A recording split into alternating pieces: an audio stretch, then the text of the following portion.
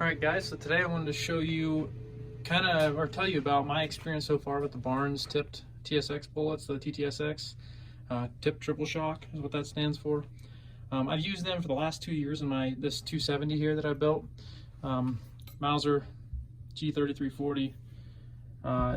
With this rifle in the last 2 years I've killed 3 antelope, 2 mule deer bucks, a bull elk, and I believe that was it. Anyways, so out of all of the animals that I guess first off, this is a 270, 130 grain. I have these loaded to pretty modest velocities. That's what I was getting the best accuracy out of this rifle for. I think I'm at 2,800 feet per second on this. I pushed it all the way up to 3,000, a little bit above 3,000, and the accuracy just started to spread out a little bit. I think that's just a feature of this rifle, not the bullet. But anyways, with being at 2,800 feet per second, my group was about 260 to 280 thousandths consistently center to center at 100 yards. So very, very happy with the accuracy of this bullet. I just had to mess with the velocities a little bit. Performance-wise, I have no reason to switch to another bullet for hunting, to be honest.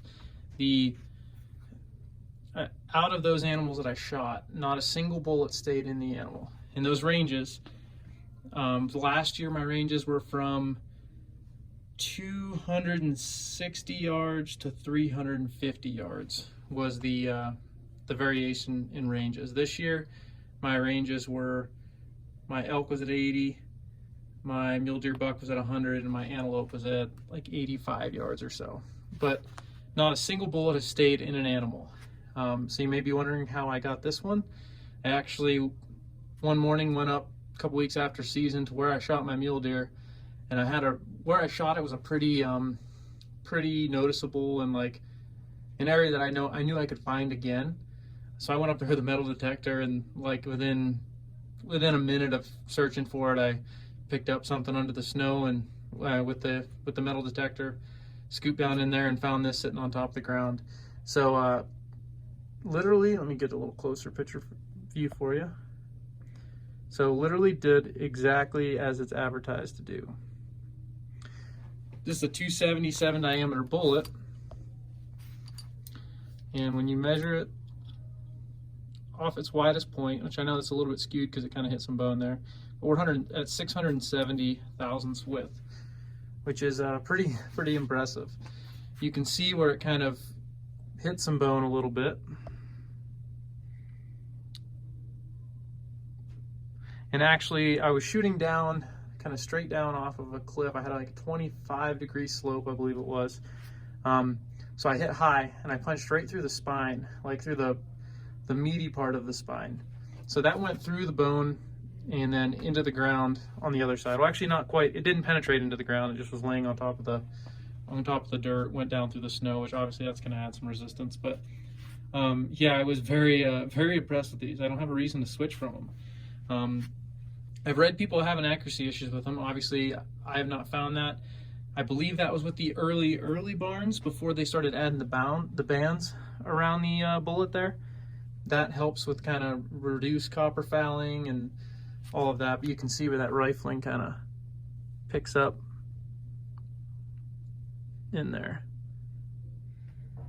All right, so I love these bullets, and I've kind of showed you that so far, but I want to show you a couple other things why you might not want to go with solid copper in this bullet type. So I don't know how much you're familiar with solid copper, but copper bullets are not as heavy as lead core bullets. So your typical bullet has a lead core, which is lead inside, and it's covered by copper to kind of protect the copper or protect the lead from deforming under the high heats of the powder gases, all that. But because it's a lighter material, the bullets need to be longer to be at the same weight. So I'm going to show you 2 other bullets that are the same weight as the Barnes here. So we have a Nosler partition and a what is the other one? A Norma bullet there. So you can see how much longer the same weight bullet is in solid copper. The ballistic coefficient of these bullets, of solid copper bullets, is always going to be less than lead core. So you're going to have a little bit more of a trajectory issue. Now, to kind of show you a good example there, if I move these 130 grain bullets out, I'm going to bring in a 150 grain Sierra tipped Game King bullet.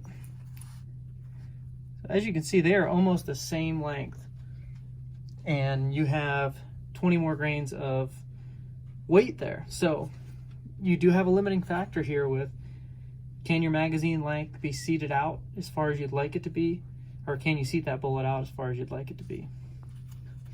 The ballistic coefficient on this TTSX is 392 thousandths, so it's pretty low for that. I think you can get up in like with a lead core, I want to say you can get up to in the 450s, maybe even close to 500 there. I could be wrong on that, but so those are the downsides of it. Now to kind of wrap this all up, I love this bullet. I can't get enough of it. I wish I could get better trajectory out of it, a little bit like better ballistic coefficient, but that's just the nature of it. I'm limited to the length of the magazine on my Mauser up here. So yes, I could go with a lead core, but having seen animals taken with lead cores that just exploded when they hit bone and sent lead fragments through all the meat and all that, I like the fact that this bullet retains, I think I weighted and it was like 96 or 97% of what the bullet weighs with the plastic tip on it. So you're losing the plastic tip, and I think a little bit of copper got smeared out there at some point and fell off, but for the most part, yeah, it's hard to beat. One last thing of note on this is, for the most part, my shots were pretty good, but I did have one where I hit a little bit far forward and I caught the back of the front shoulder, and the meat damage was extremely minimal compared to if I would have hit it with something that is made to kind of expand more. And that there's a lot of factors that can go into that, right? It's not just bullet. It could be the fact that I'm at those lower 2,800 feet per second velocities. I've heard that 2,700 is kind of where meat damage stops, and kind of like, not stops, but is greatly reduced. So I've never gotten to really test that, but anyways, I thought you guys would like to see this. And if anybody's on the fence about getting these bullets, in my opinion, they're extremely worth it, and I've had great results for it. I mean, the last 2 years can speak for themselves. But if you guys have any questions about the bullets 270 specifically, yeah, just please let me know.